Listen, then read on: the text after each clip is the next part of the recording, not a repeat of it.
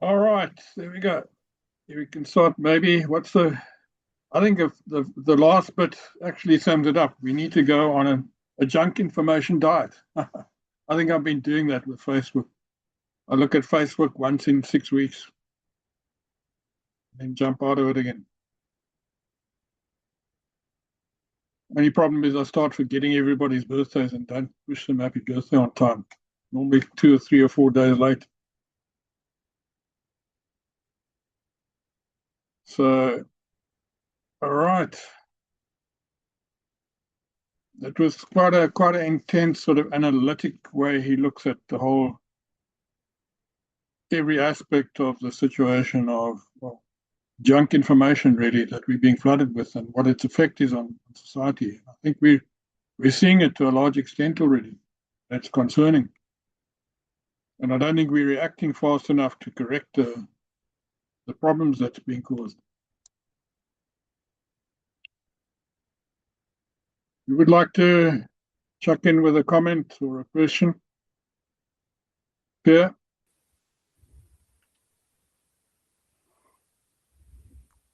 Why pick on me? I suggest you start with Chris. Chris and I had quite a thorough discussion already. How many of you have seen the link that Elena's emailed about the New York Times interview with Yuval Harari, talking about the mistake that strong men always make? I just had a quick look at the very beginning of it, and it looks very interesting.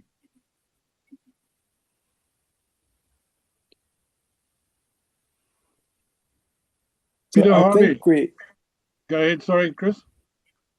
Yeah, I think that we have to remember that there are distinctions in our terminology. So we have data, information, and facts.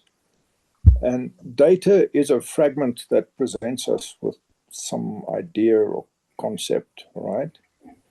And information is facts that have meaning.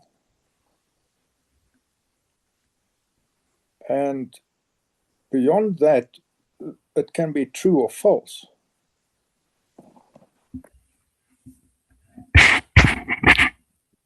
Yeah. So we are living in a time when we are bombarded with what purports to be information, but it's not necessarily factual.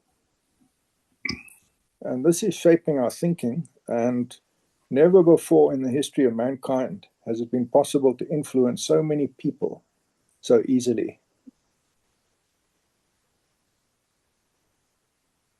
Yeah.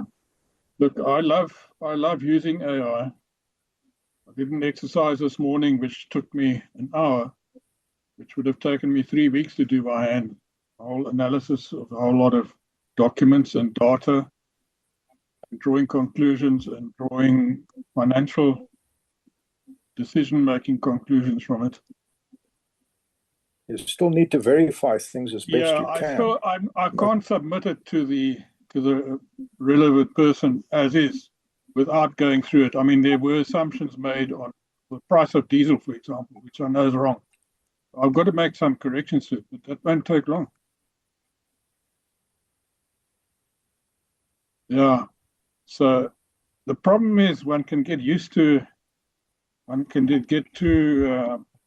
just submitting, rushing through it, let AI do its thing, quickly looking through to see if it can spot any mistakes and then submitting it. And then it turns out an assumption which you thought was correct but was totally false.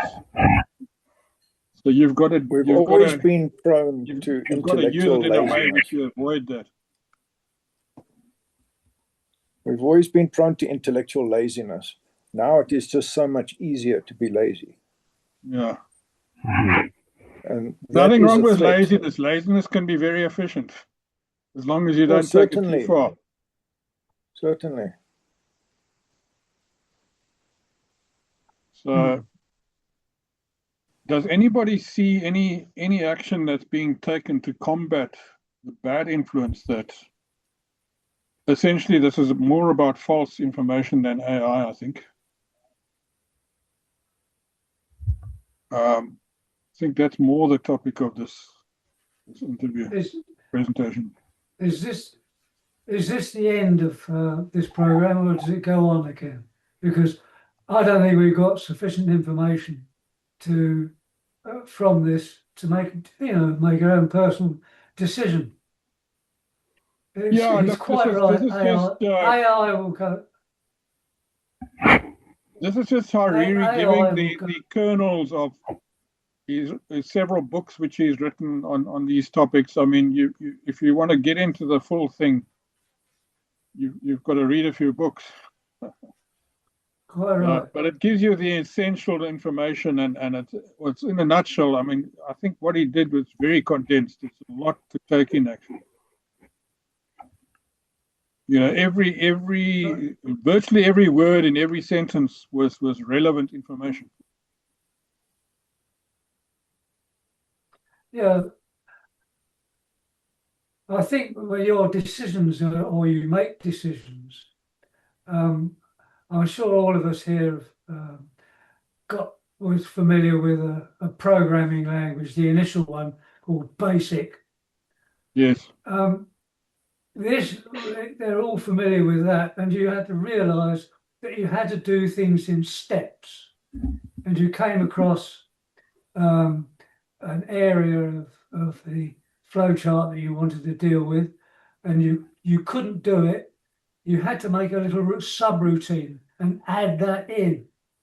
Now, the AI we're talking about, he was talking about AI making decisions and the difference between truth and falsehood, I suppose.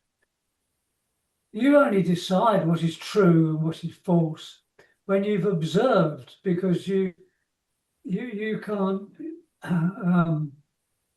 know whether that was false unless you had actually got down on your hands and knees with your trowel. You know what I'm trying to say is that it needs to have. There has to be more to it than he is alluding to.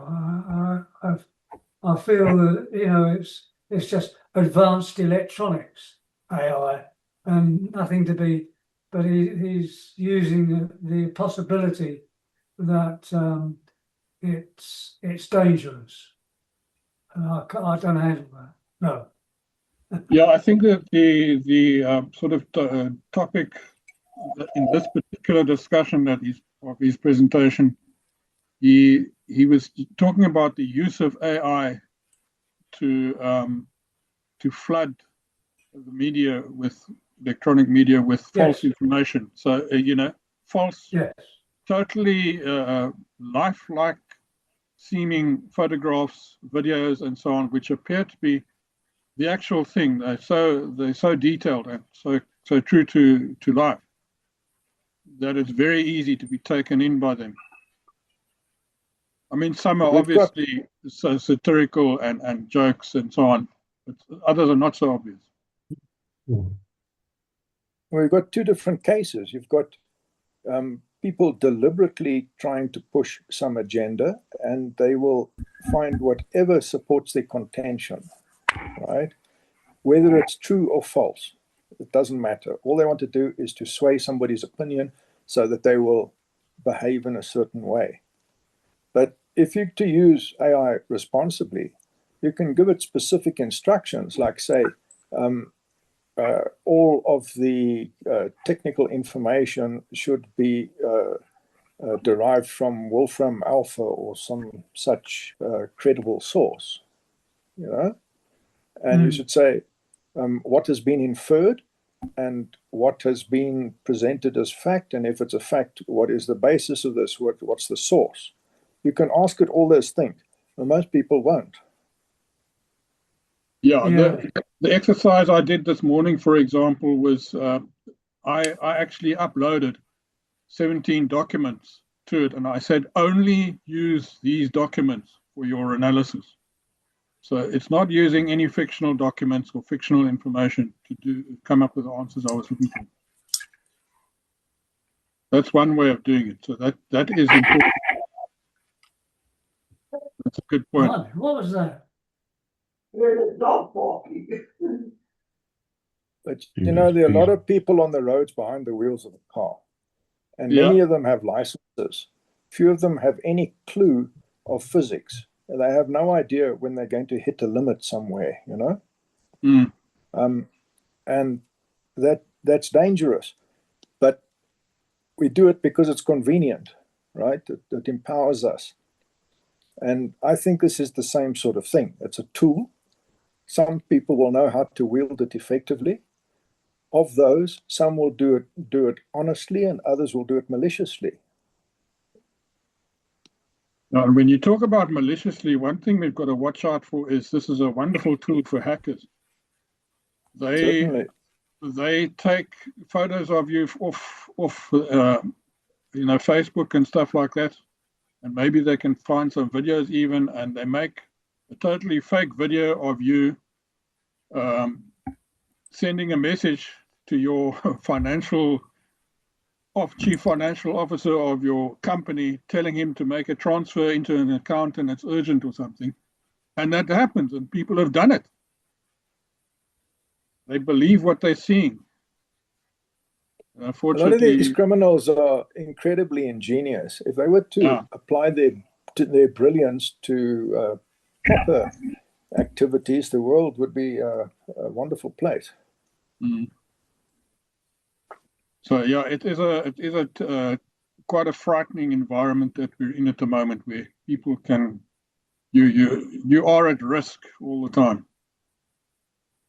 and they just the more I think the speed that the hackers and the bad actors are working out ways to use it is much faster than the speed at which people are reacting to prevent damage. That is a major. That's because there are very few experts and a large number of people who can be influenced. Yeah. Yeah, I agree. I think the key term that he used in the summary at the end is the ability to self-correct. But how you enforce self-correction on AI that takes its own decisions, that's not so easy to imagine how to do it. The document that you prepared today, you were acting as the self-correcting mechanism. But in general, there are no such clearly defined checks and balances to enforce self-correction. Yeah. Here's a situation where. Go ahead. I was just saying, here's a situation when you're talking about AI correcting itself. If you put it into a different perspective, AI has found that something it's been doing is wrong, and that needs to be corrected. Somewhere in the system, there has to be some sort of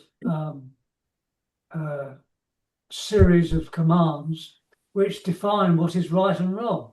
And who made those and who did that has to be also added to it. Otherwise, you won't be able to have truth or falsehoods. And this is where I'm saying is that this thing has to still be mechanically adjusted all the time, because I just don't see how you can produce a program that tells you it's right or it's wrong in an ethereal sense, not a mechanical sense. Yeah, and AI is a very, very clever computer program, but it is essentially a computer program. It is, at the end of the day, it's a lot of zeros and ones. Peter Harvey's got his hand up. Peter, would you like to contribute? Yeah, thanks. I'm just sort of thinking, listening to the self-correction, etc. But I'm also thinking back to earlier on in the presentation when he's talking about a corporation can be a legal person, and therefore AI is an incorporated identity can also be a legal person. But in our Right. system, any board of any company has a certain number of members on the board. Say they've got 19 board members, and if 10 come up and vote yes and 9 say no, then it's the yes that wins. Now, how does this affect the position of the AI incorporated identity? Well, that's a situation that can arise in the US system, I think not in ours, in the British system, for example.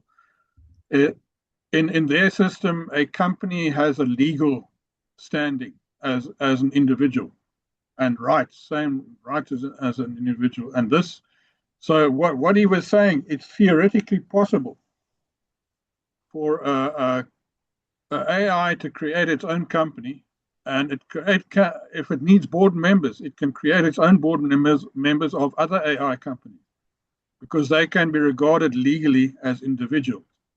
So it's actually a problem which has still got to be addressed in some way. And then they would have voting rights. Each individual AI would have a voting right, yes? Yeah, no, I don't know. That's one right I think that a company doesn't have as a legal entity. And could an AI put himself up for a candidate for presidency? That's a good question. That's a good question. It could, maybe in America. Maybe it already has. If you can elect a monster like Trump, then anything can happen. I was just going to say, I thought it had already happened.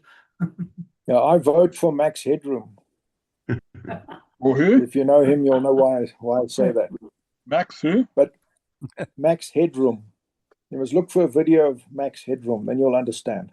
Headroom. Yes. Okay. I'll have a look. But you know, we talk about corporations without really thinking about what it means. But corporation really means embodiment, right? So to incorporate means to give it a body as if it's a person. Mm-hmm. Yeah, but I think the Americans take it too far. Yeah. It all boils down to your definition of right and wrong. You know, if you've taken the whole thing to in the future, the machine has somewhere in its background has built its judgment on history. And if you've given it the wrong history, no matter how long it goes on for, it's still going to go wrong.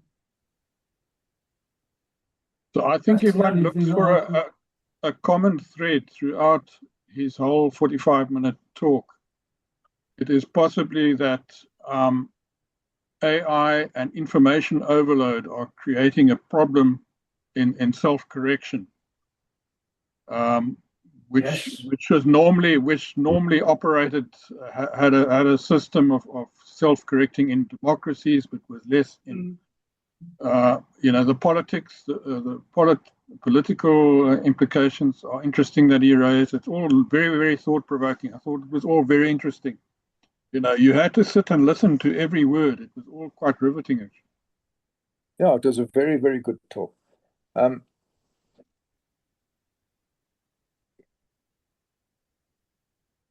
Right, that host gone silent. Okay, it's Chris. Yeah, sorry, I was about to say something and I heard a noise outside that I had to pay attention to. Okay. I have to just regain my thought. Yeah, maybe about self-correction or? No, I think it's to do with the level of autonomy that you can allow it to have and the sphere of influence.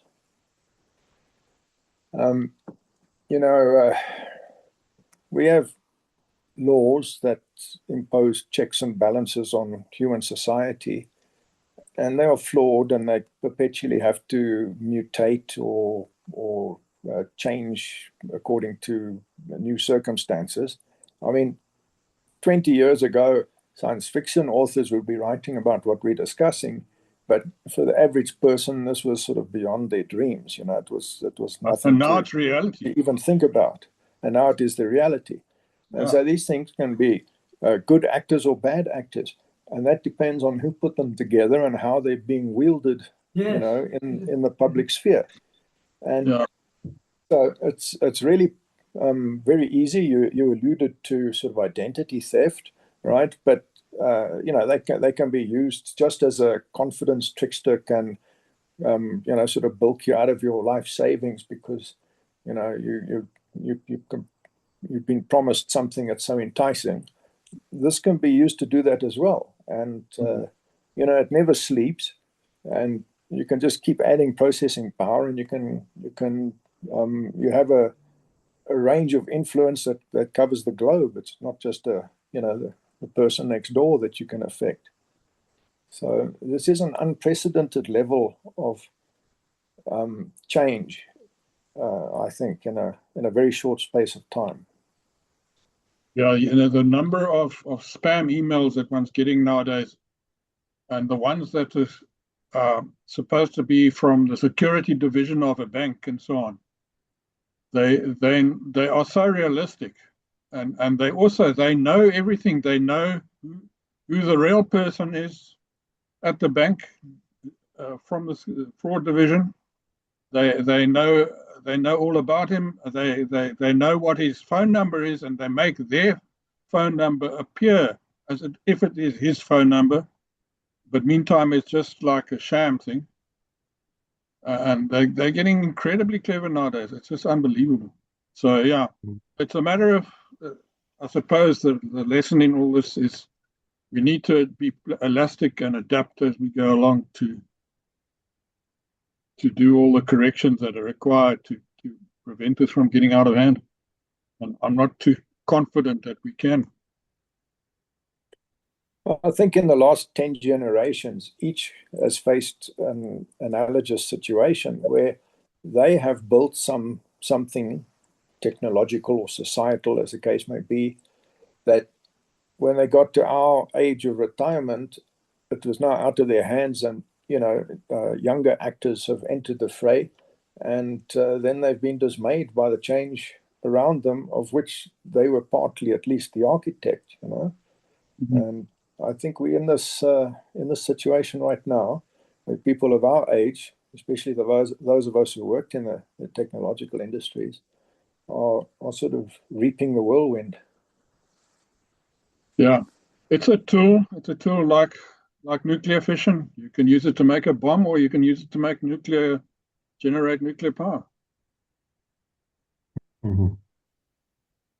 All right. How many of you are getting hungry? I am. If there's a recording of this that we can have, I would actually quite like it, so I could review it later.